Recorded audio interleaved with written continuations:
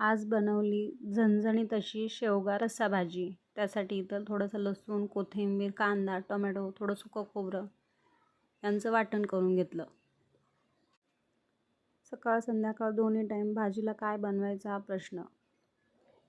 तर इथे मी तेल गरम करून घेतलं. त्यामध्ये जिरं, मोहरी छान तडतडली की त्यात कढीपत्ता, तयार वाटण घालून चांगलं एकजीव करून घेतलं. त्यामध्ये थोडा कांदा लसूण मसाला, हळद, मीठ, थोडी आमचूर पावडर घालून चांगलं एकजीव करून घेतलं.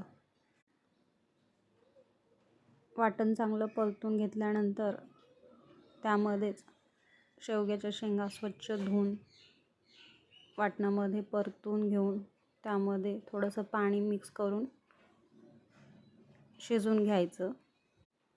तुम्ही हवं तर थोडं शेंगाचं कूटही घालू शकता. आता हे छान परतून झालं की यामध्ये हवं तेवढं पाणी, म्हणजेच रस्सा जितका बनवायचा आहे तितकी क्वांटिटी ठेवून मंद गॅसवरती शिजवून घेतलेत. छान झणझणीत शेवग्याची रस्सा भाजी तयार.